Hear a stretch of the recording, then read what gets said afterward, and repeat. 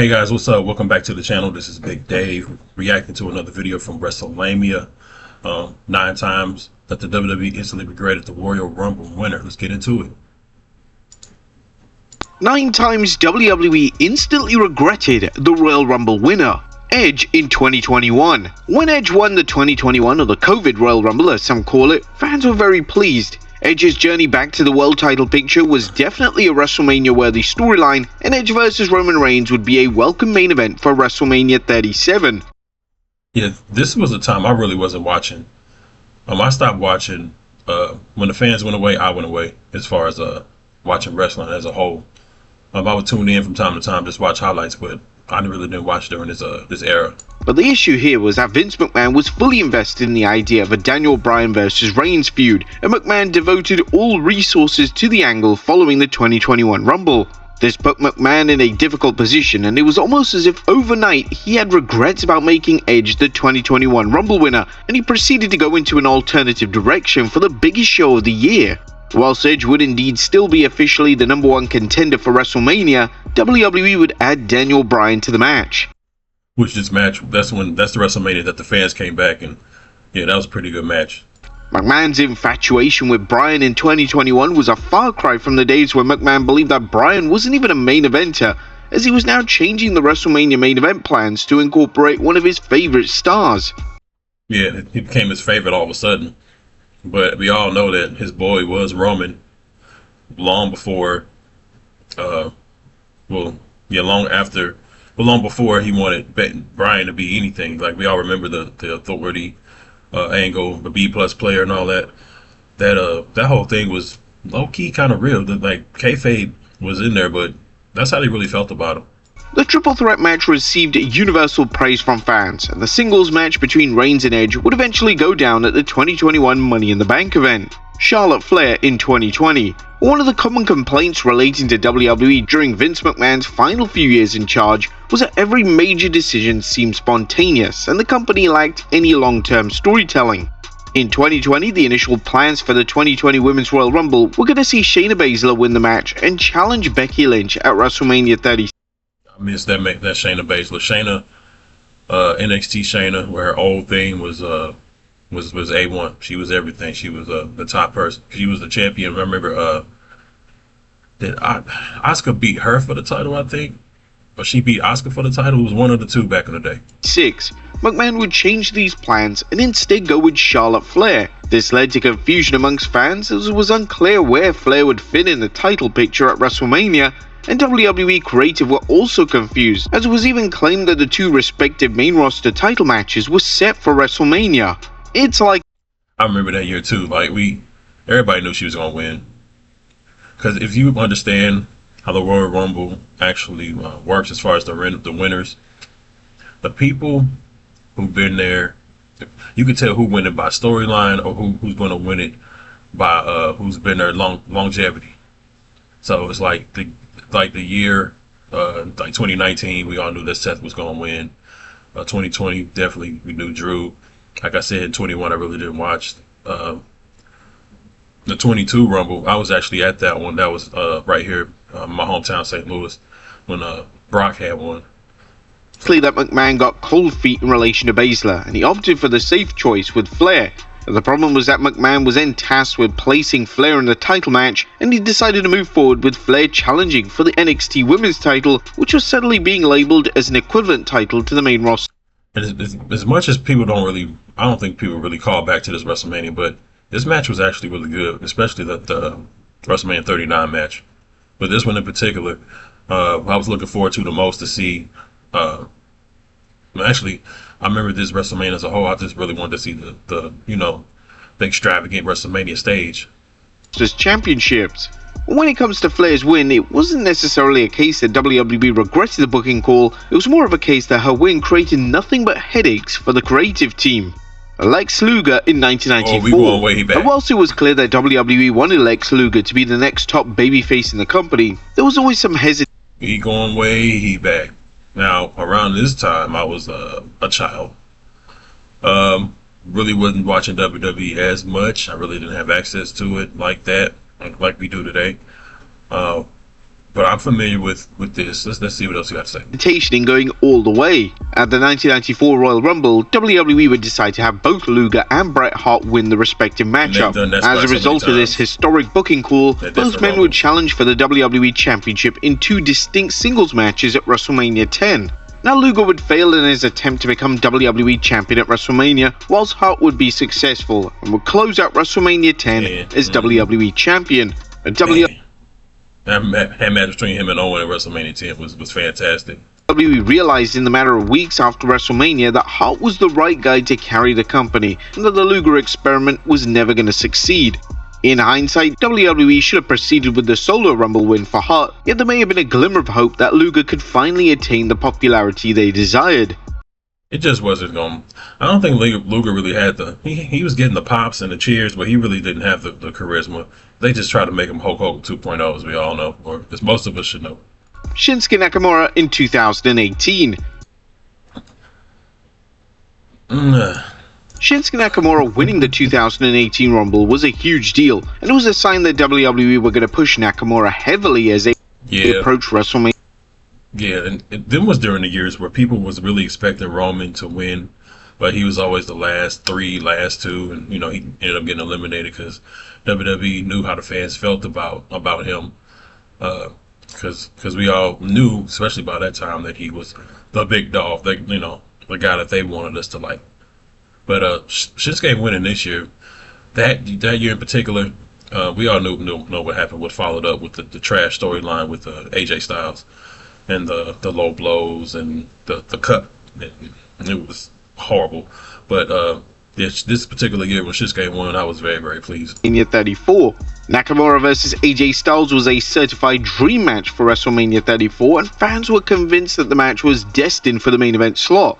However, just weeks after Nakamura's world title win, it became apparent that Roman Reigns vs Brock Lesnar was going to be the Roman Brock 2 at WrestleMania 34.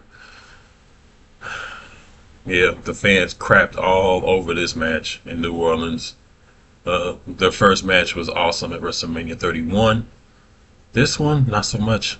Main event of the show. It was almost as if WWE wanted Reigns to win the Rumble, but they didn't want to have the crowd to have a negative stance on the victory. This theory was supported by the fact that Nakamura didn't win at WrestleMania, and he never managed to capture the WWE title. Man, I miss AJ. I miss AJ Styles. I'll be doing definitely a custom Titan trying of AJ Styles in his numerous attempts throughout 2018. Rey Mysterio in 2000. Yeah, I remember this one very well. I don't see how this would be a regret. 2006. There were a lot of staff members backstage in WWE that were fully behind a Rey Mysterio push in 2006. Mysterio was insanely popular, especially with the younger demographic, and a lot of internal people in WWE believed that Mysterio had the tools to be a main event star. But this is kind of controversial to say. We all know Rey probably won because of the death of Eddie the year before. It was definitely a thing of pushing Rey. Not that he didn't deserve it, but yeah, we all know what happened. And then with the storyline with what Randy had said to him, Eddie ain't in heaven, he's in hell, and that whole thing, you couldn't get away with saying that today. Maybe now on Netflix with Raw, but man, back in the day it was just savage. The one man that didn't share this belief was Vince McMahon. McMahon didn't believe that Mysterio had the size or stature to be a world champion, and when McMahon reluctantly agreed to have Mysterio win the Royal Rumble, it took literally days for McMahon's regret and resentment to come out via He's in hell. Mysterio's booking. He would often look like a joke, and WWE fans had a tough task in taking him seriously in the role due to this backwards booking. The same can be said for Mysterio's eventual title win. Although Mysterio won the world title at WrestleMania 22, it was against McMahon's vision, so McMahon decided to book Mysterio as if he was a total afterthought. Ronda Rousey in 2022. Ooh, yeah. WWE was under the impression that fans would be delighted to see Ronda Rousey return at the 2022 Rumble. This is the Rumble that was here in St. Louis that I was talking about. Yeah, when she returned, it was unexpected. Whilst granted, Rousey's initial pop was impressive, the fans lost interest the moment she began to wrestle, and as her in-ring work had dramatically regressed, and she looked completely lost in the match. Rousey would win the annual matchup, which was heavily bashed by fans, as was seen by many as Sasha Banks' year to finally win the Rumble and challenge for the women's title at WrestleMania. It was also reported that WWE didn't have Rousey's WrestleMania plans locked in, which was baffling, as why on earth would you book a wrestler to win the Rumble if you don't know what their WrestleMania direction is going to be? Rousey's booking was truly bizarre leading up. Yeah, it was really spontaneous. Yeah. Up to WrestleMania 38, as it would be hard to tell if she was supposed to be a babyface or a heel, and her eventual WrestleMania match with Charlotte Flair wouldn't be at the level fans expected. A key indicator that WWE regretted going all the way with Rousey in terms of the Rumble win was the fact they booked her to lose at WrestleMania. I wouldn't say it would be. There's not a regret that it's Ronda. It was just a regret because it's not the person, it's the story.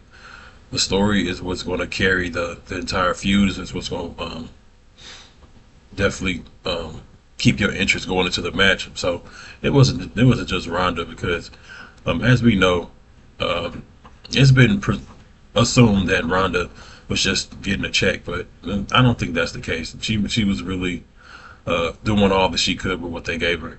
It definitely felt like they were making up their creative as they went along. Alberto Del Rio in 2011. That's that year when they had that weird 40-man Royal Rumble. John Cena was a firm favorite for the 2011 Royal Rumble win. Fans knew that Cena vs. The Miz was planned for WrestleMania 27's main event months in advance. It therefore came as a somewhat welcome surprise that WWE decided to go with A lot to say about Cena and Miz at Mania. Alberto Del Rio as the eventual winner. Whilst they were high on Del Rio from his initial debut, based on his booking following the win, it was a given that he would be walking out of WrestleMania 27 as world champion. Del Rio had a lot of great moments. I remember when he first debuted with Ricardo Rodriguez. WWE were evidently still unsure if he was ready to be a main eventer. WWE would also place his eventual world title match against Edge in the opening slot of WrestleMania. Yep, that was his Edge last match before he ended up coming back in 2020. Which was perhaps a sign that WWE had a lack of faith in the matchup. WWE would rinse and repeat this cycle with Del Rio over and over again, and whilst he would indeed ultimately commit to making Del Rio world champion, he never truly lived up to the heights and expectations that WWE had initially envisioned. Batista in 2014. Probably the most controversial one. So I know a lot of you guys are probably younger, but of course, probably one of the dumbest decisions to make, returning Batista win the Royal Rumble. And this is something they could have pulled off a few years before, but you had somebody as over as Bryan was at the time, and you don't go with what the fans wanted at the time, and you got to return Batista, and then he just wins. And that year they wanted him versus Randy. It was just like, why? It was a very frustrating time. WWE was sent into utter turmoil following the 2014 Rumble.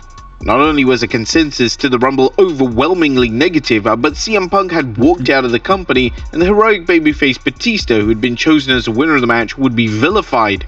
WWE fans were set on Daniel Bryan main eventing WrestleMania 30, and whilst they had respect for Batista, they all knew it was Bryan's time in the spotlight. WWE clearly knew they made a fatal mistake, and due to Punk walking out as well as a negative reception to Batista's win, an audible was called and the WrestleMania direction was changed. Batista would still get his world title match, however Bryan would be added to the matchup, and now a new main event of WrestleMania 30 would be a triple threat showdown between Batista. Yeah, he had to beat, that's why he holding his arm, because earlier tonight he had to face Triple H to get to this point.